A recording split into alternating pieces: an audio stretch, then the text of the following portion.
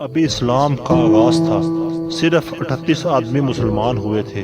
مکہ کی بستی کافروں سے بھری ہوئی تھی۔ حضرت ابوبکر صدیق رضی اللہ تعالیٰ عنہ حضور صلی اللہ علیہ وآلہ وسلم کی محبت سے سرشار تھے۔ حضور صلی اللہ علیہ وآلہ وسلم سے التجا کی کہ مجھے اجازت دیجیے کہ میں لوگوں کو اعلانیہ آپ صلی اللہ علیہ وآلہ وسلم کی رسالت کی اطلاع دوں اور آپ سے فیض یاب ہونے کی دعوت دوں۔ آپ صلی اللہ علیہ وآلہ وسلم نے فرمایا، اے ابوبکر، ابھی ذرا صبر سے کام لو، ابھی ہم تعداد میں کم ہیں۔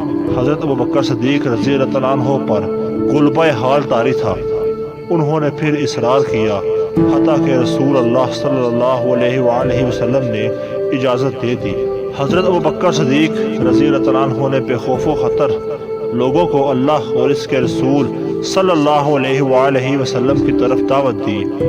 حافظ ابن کثیر رحمۃ اللہ علیہ لکھتے ہیں، حضور صلی اللہ علیہ وآلہ وسلم کی بعثت کے بعد حضرت ابوبکر صدیق رضی اللہ تعالیٰ عنہ پہلے خطیب ہیں، جنہوں نے لوگوں کو اللہ اور اللہ کے رسول صلی اللہ علیہ وآلہ وسلم کی طرف بلایا۔ مشرکین مکہ آپ رضی اللہ تعالیٰ عنہ پر ٹوٹ پڑے۔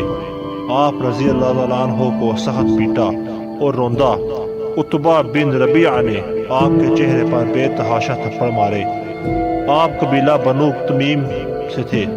آپ کے قبیلے کے لوگوں کو خبر ہوئی تو وہ دوڑے ہوئے آئے، مشرکین سے انہیں چھڑا کر ان کے گھر چھوڑ آئے۔ حضرت ابوبکر صدیق رضی اللہ تعالیٰ عنہ بے ہوش تھے۔ لوگوں کا خیال تھا کہ وہ جان بار نہ ہو سکیں گے۔ وہ دن بھر بے ہوش رہے۔ جب شام ہوئی تو آپ کو ہوش آیا۔ آپ کے والد ابو قحافہ اور آپ کے قبیلے کے لوگ آپ کے پاس کھڑے تھے۔ ہوش آتے ہی پہلی بات انہوں نے یہ کہی کہ رسول اللہ صلی اللہ علیہ وآلہ وسلم کہاں ہیں اور کس حال میں ہیں؟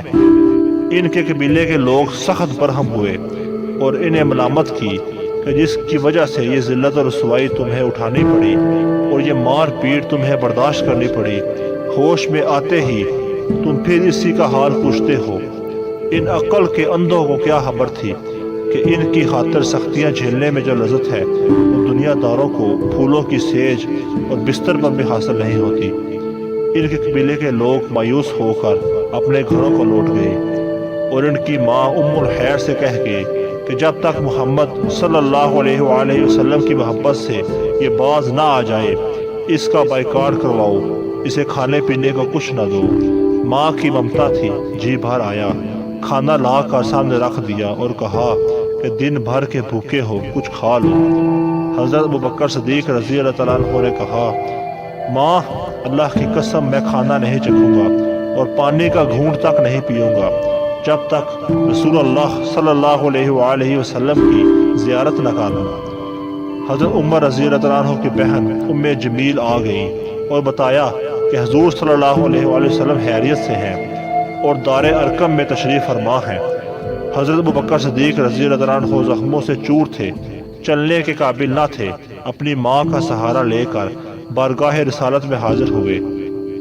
حضور صلی اللہ علیہ وآلہ وسلم ان پر جھک پڑے اور انہیں چوما۔ حضور صلی اللہ علیہ وآلہ وسلم پر سخت گریہ طاری تھا۔